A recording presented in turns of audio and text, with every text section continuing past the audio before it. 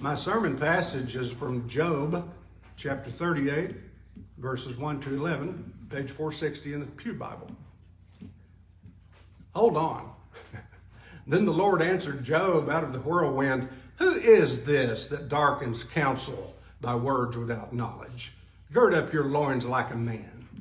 I will question you, and you shall declare to me. Where were you when I laid the foundation of the earth? Tell me, if you have understanding. Who determined its measurements? Surely you know. Or who stretched the line upon it? On what were its bases sunk? Or who laid its cornerstone? When the morning stars sang together and all the sons of God shouted for joy? Or who shut in the sea with doors when it burst forth from the womb? When I made clouds its garment and thick darkness its swaddling band, and prescribed bounds for it and set bars and doors, and said, thus far shall you come and no farther, and here shall your proud waves be stayed." The word of the Lord.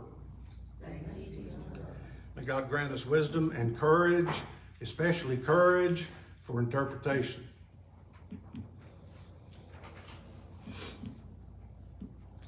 Welcome to Story Hour. I hope it's less than an hour, but we'll see. Because whatever else the book of Job is, it's a story. It's part of the Hebrew wisdom literature, which is meant to teach by inviting people to wonder and think, like Proverbs and Ecclesiastes and the Song of Solomon and some other writings. Job is not history, it's not plain instruction, and it's not prophecy. It's a story, which can have all of those things and more, like dialogue and action. Job has plenty of dialogue and starts with plenty of action. And sometimes the best way I know to deal with a story like this is with other stories. We're going to hear a few, mainly from the Message Bible, which is a paraphrase, not a translation, so it's great for storytelling and hearing, story hearing. Whether Job was a man or a myth, the book of Job has been preserved for us, we believe, for God's own purposes and to get us to think. So, first, here's the basic start of the story of Job. You know, this story we all think we know, but every time I hear a story read to me that I think I know, I hear something I haven't heard before or something I haven't heard in a while. So, here's the story of what happened to a man named Job. Job was a man who lived in Uz, which used to crack me up when I was a kid. Uz and remember those? Job was a man who lived in Uz. He was honest, inside and out, a man of his word, who was totally devoted to God and hated evil with a passion. He had 7 sons and 3 daughters. He was also very wealthy, 7,000 head of sheep, 3,000 camels, 500 teams of oxen, 500 donkeys, and a huge staff of servants, the most influential man in all the East. His sons used to take turns hosting parties in their homes, always inviting their 3 sisters to join them in their merrymaking. When the parties were over, Job would get up early in the morning and sacrifice a burnt offering for each of his children, thinking maybe one of them sinned by defying God inwardly. Job made a habit of this sacrificial atonement just in case they'd sinned. I think that's sweet. I do want to point something out, though. In Job, Satan is not a proper name. It's a job title. It means the accuser. And it looks like he was on God's staff or something. In the Hebrew, it's ha-Satan, the Satan. Lowercase, not uppercase like Mr. Satan. So I'm adding the to the Job story as it's told in the Message Bible. For some reason, Eugene Peterson left out the. One day when the angels came to report to God, the Satan, who was the designated accuser, came along with them. God singled out the Satan and said, "What have you been up to?" The Satan answered God, "Oh, going here and there, checking things out on earth." God said to the Satan, "Have you noticed my friend Job? There's no one quite like him. Honest, true to his word, totally devoted to God and hating evil." The Satan retorted, "So do you think Job does all that out of the sheer goodness of his heart? Why, no one ever had it so good. You pamper him like a pet. Make sure nothing bad ever happens to him or his family or his possessions. You bless everything he does. He can't lose. But what do you think would happen if you reached down and took away everything that's his? He'd curse you right to your face, that's what. God replied, we'll see. Go ahead. Do what you want with all that is his. Just don't hurt him. Then the Satan left the presence of God. Sometime later, while Job's children were having one of their parties at the home of the oldest son, a messenger came to Job and said, the oxen were plowing and the donkeys were grazing in the field next to us when Sabaeans attacked. They stole the animals and killed the field hands. I'm the only one to get out alive and to tell you what happened. While he was still talking, another messenger arrived and said, bolts of lightning struck the sheep and the shepherds and fried them, burned them to a crisp. I'm the only one to get out alive and to tell you what happened. While he was still talking, another messenger arrived and said, Chaldeans came from 3 directions, raided the camels, and massacred the camel drivers. I'm the only one to get out alive and tell you what happened. While he was still talking, another messenger arrived and said, your children were having a party at the home of the oldest brother when a tornado swept in from the desert and struck the house. It collapsed on the young people and they died. I'm the only one to get out alive and to tell you what happened. Job got to his feet, ripped his robe in grief, shaved his head, and then fell to the ground and worshiped. Naked I came from my mother's womb, naked I'll return to the womb of the earth.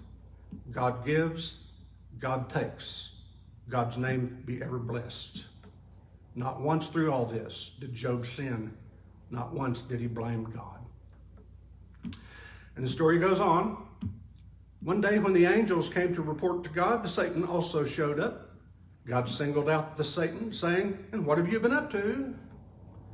The Satan answered God, oh, going here and there, checking things out. Then God said to the Satan, have you noticed my friend Job?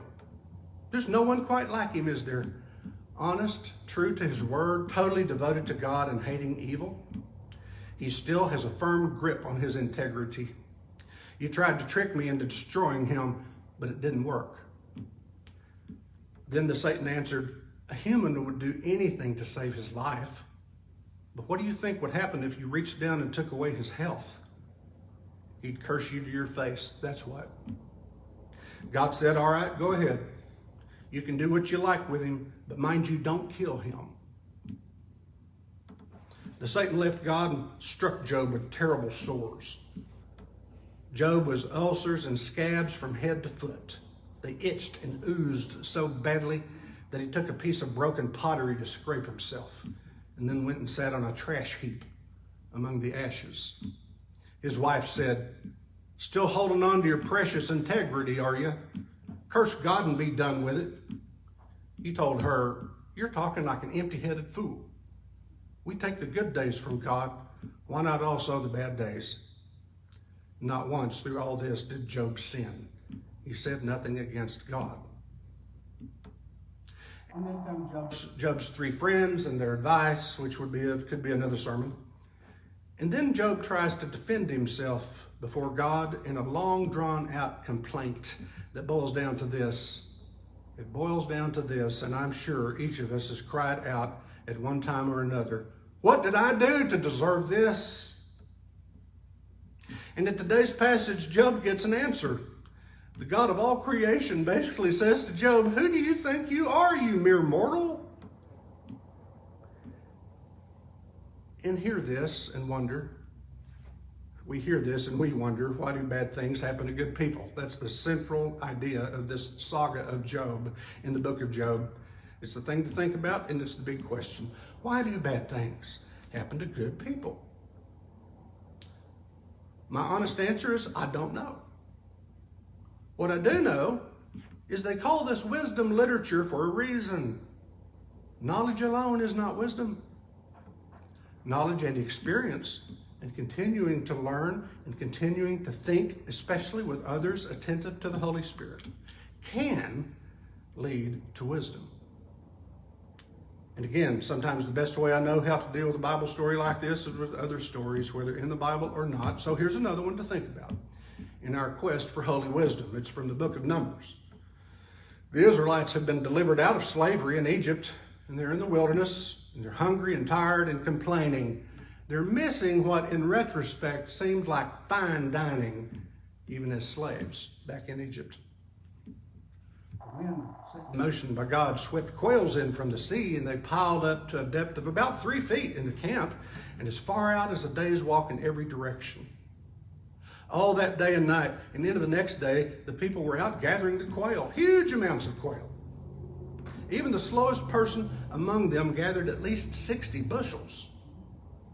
They spread them out all over the camp for drying, but while they were still chewing the quail and had hardly swallowed the first bites, God's anger blazed out against the people. He hit them with a terrible plague, and they ended up calling the place Graves of the Craving. There they buried the people who craved meat. God didn't. Here's another story from the Apostle Paul's letter to Romans.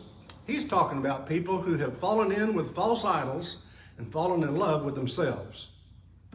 Paul wrote, since they didn't bother to acknowledge God, God quit bothering with them and let them run loose. And then all hell broke loose. Rampant evil, grabbing and grasping, vicious backstabbing. They made life hell on earth with their envy, wanton killing, bickering, cheating. Look at them. Mean-spirited, venomous, fork-tongued God-bashers, bullies, swaggerers, insufferable windbags. I have several faces that pop to mind when I hear the term insufferable windbags, but I'll let it pass. They keep inventing new ways of wrecking lives. They ditch their parents when they get in the way. Stupid, slimy, cruel, cold-blooded. And it's not as if they don't know better. They know perfectly well they're spitting in God's face, and they don't care. And worse, they hand out prizes to those who do the worst things best. These people are on a dark spiral downward. But if you think that leaves you on the high ground where you can point your finger at others, think again. Every time you criticize someone, you condemn yourself. It takes one to know one. Judgmental criticism of others is a well-known way of escaping detection in your own crimes and misdemeanors. But God isn't so easily diverted. He sees right through all such smoke screens and holds you to what you've done.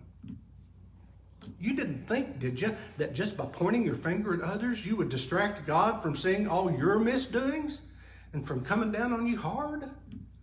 Or did you think that because he's such a nice God, he'll let you off the hook? Better think this one through from the beginning. God is kind, but he's not soft. In kindness, he takes us firmly by the hand and leads us into a radical life change.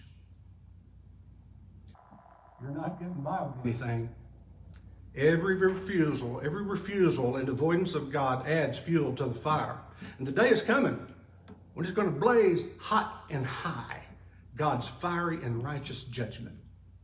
Make no mistake, in the end, you get what's coming to you. Real life for those who work on God's side, but to those who insist on getting their own way and take the path of least resistance, fire. If you go against the grain, you get splinters, regardless of which neighborhood you're from, what your parents taught you, what schools you attended. But if you embrace the way God does things, there are wonderful payoffs. Again, without regard to where you're from or how you were brought up, God pays no attention to what others say or what you think about you. He makes up his own mind. In other words, God is God. And here's one more Bible story from Matthew. The disciples came to Jesus. For an answer, Jesus called over a child whom he stood in the middle of the room and said, I'm telling you once and for all that unless you return to square one and start over like children, you're not even going to get a look at the kingdom, let alone get in. Whoever becomes simple and elemental, again, like this child, will rank high in God's kingdom. What's more, when you receive the childlike on my account, it's the same as receiving me. But if you give them a hard time, bullying, or taking advantage of their simple trust, you'll soon wish you hadn't. You'd be better off dropped in the middle of the lake with a millstone around your neck, doomed to the world for giving these God-believing children a hard time. Hard times are inevitable, but you don't have to make it worse. And it's doomsday to you if you do. If your hand or your foot gets in the way of God, chop it off, throw it away. You're better off maimed or lame and alive than the proud owners of 2 hands and 2 feet, godless in the furnace of eternal fire. And if your eye distracts you from God, pull it out and throw it away. You're better off one-eyed and alive than exercising your 20/20 vision from inside the fire of hell. Oh, man. This ain't me preaching. I'm just reading the Bible. Now let's review, though. In Numbers, God's anger blazed out against the people. He hit them with a terrible plague, it says. From Romans, the day is coming when God's fiery and righteous judgment is going to blaze hot and high. And from Jesus in Matthew, doomed to the world for giving the faithful, God-believing children a hard time. Now, Walter Brueggemann wonders what to make of this stern God that will not be mocked. He says, our inclination is to explain away such hard sayings.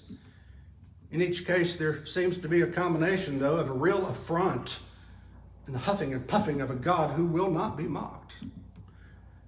Difficult as it is, he says, I suggest that we may learn from these readings that God is a real character and a lively agent that stands over against us in our willful desire to have life on our own terms. Such a claim is surely hard to bear in the religious culture of this country, the United States, especially when one does not want to fall into, quote, hellfire and damnation. At least this much is certain. God must be taken seriously as God, rather than as an echo of our religious preferences. Now, some more stories to keep us thinking on our way to wisdom. This one I've told a few times from novelist Dillard. I just love this, though. Why do people in church seem like cheerful, brainless tourists on a packaged tour of the absolute? Does anyone have the foggiest notion what sort of power we blithely invoke? Or, as I suspect, does no one believe a word of it? The churches are children playing on the floor with their chemistry sets, mixing up a batch of TNT to kill a Sunday morning. It is madness to wear ladies' straw hats and velvet hats to church. We should all be wearing crash helmets. Ushers should issue life preservers and signal flares. They should lash us to our pews, for the sleeping God may wake someday and take offense, or the waking God may draw us to where we can never return. Here's a poem prayer from Brueggemann. It's called, And Then You. We arrange our lives as best we can to keep your holiness at bay with our pieties, our doctrines, our liturgies, our moralities, our secret ideologies, safe, virtuous, settled. You and your dreams, you and your visions, you and your purposes, you and your commands, you and our neighbors. We find your holiness not at bay, but probing, pervading, insisting, demanding, and we yield. Sometimes gladly, sometimes resentfully, sometimes later or soon. We yield because you, beyond us, are our God. We are your creatures, met by your holiness made our true selves, and we yield. And finally, Brueggemann's poem prayer, The Other Side of the Street. Prayer to God. just when we imagine that we have you figured out. You show up working the other side of the street in your frightening freedom. I love that. You meet us behind and before as promise and as threat, and we're overmatched whenever we sit to deal with you. So we bid you to pay less vigorous attention to us. And we bid you give us the freedom and courage that we may withstand you in ways that are proper to you and to us. We pray in the name of the utterly humble one whom you therefore exalted. Give us wisdom and freedom that we may sense the ways in which we may best live in this world where the last becomes first and the first becomes last. In our passage today from Job 38, God was miffed, to say the least. Who is this that darkens counsel by words without knowledge? Gird up your loins. Or as the Message Bible puts it, why do you confuse the issue? Why do you talk without knowing what you're talking about? Pull yourself together. Or as I put it, who do you think you are? And as countless upset dads have said to countless whining children, I brought you into this world, and I can take you out of it. Oh, my Lord. Why do bad things happen to good people? There's really no way to explain it or answer that question other than to say that in the story of Job, God is God and Job is not. In the story of our lives, God, who we know in Jesus Christ, is God and we are not. And that, what God says to Job and to us, is really not a very satisfying answer, is it? I'm not God. But you know what? God answered. God answered Job, and God answers us, and that's the miracle. That's the miracle. God answered. The chaos in our lives is still there, but so is God. And that's enough. Amen.